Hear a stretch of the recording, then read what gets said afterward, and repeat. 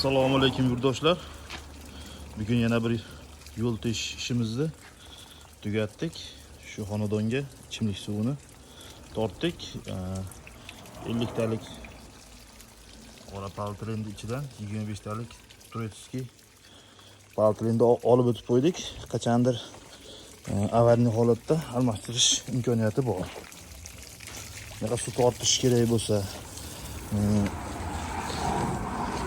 kanalizatsiya, tok, suv o'tkazish kerak bo'lsa, bemalol murojaat qilaverasizlar.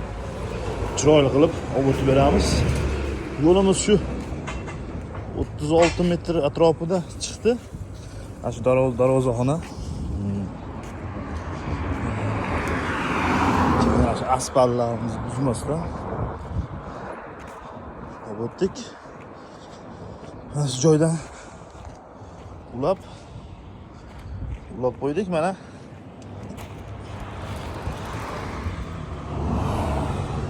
Teshib o'tgan joy. Shunaqa xizmatlar kerak bo'lsa, bemalol murojaat qilaverasizlar. O'zbekiston bo'ylab xizmatimiz bor.